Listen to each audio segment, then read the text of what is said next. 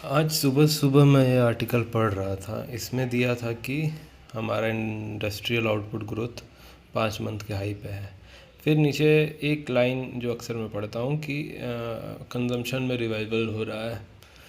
तो न्यूज़ कोई बहुत बड़ी नहीं है, लेकिन इससे मैं कुछ समझाना चाहता हूँ। चाहते हैं कि हमारा कंजम्पशन बढ़े, तो इसके लिए ज़रूरी है कि प्रोडक्शन भी बढ़ेगा। प्रोडक्शन बढ़ेगा तो जिससे जीडीपी भी बढ़ेगी। तो प्रोडक्शन अगर बढ़ेगा तो अर्थ में रॉ मटेरियल, क्योंकि प्रोडक्शन कोई भी चीज़ होता है वो रॉ मटेरियल से ही होता है, वो अर्थ से ही आता है। अगर ये बढ़ाते हैं तो फिर जीडीपी भी बढ़ेगा और प्रोडक्शन बढ़ेगा, जिससे कंजम्पशन भी बढ़ेगा।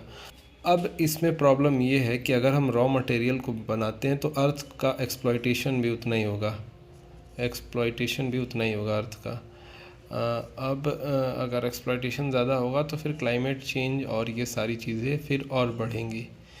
अगर हम कंजम्पशन को बढ़ाते हैं जिससे प्रोडक्शन बढ़ेगा और जीडीपी भी बढ़ेगा, ये सारी चीज़ें अगर बढ़ती हैं तो क्लाइमेट चेंज ऑब्वियसली बढ़ेगा। और ये बढ़ा है, हिस्टोरिकली अगर देखा जाए तो यही चला है।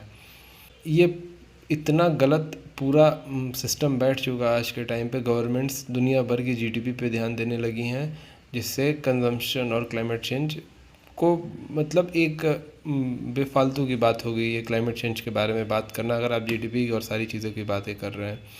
एक लेवल तक ठीक है कंजम्पशन, जो गरीब देश हैं जहाँ पे बिल्कुल ही कंजम्पशन ज़ीरो है, उन्हें कंजम्पशन बढ़ा देने की छूट दी जा सकती है। लेकिन जिन्होंने आज तक केवल कंजम्पशन पे ही अभी भी ध्यान देते हैं और अर्थ का बहुत ज़्यादा एक्सप्लॉयटेशन कर चुके हैं, उन्हें रोकना होगा। या फिर कुछ ऐसे मैट्रिक्स मौजूद हैं और भी लाने की ज़रूरत है जिसके अंतर्गत क्लाइमेट चेंज और कंजम्पशन दोनों को लिंक किया जा सके।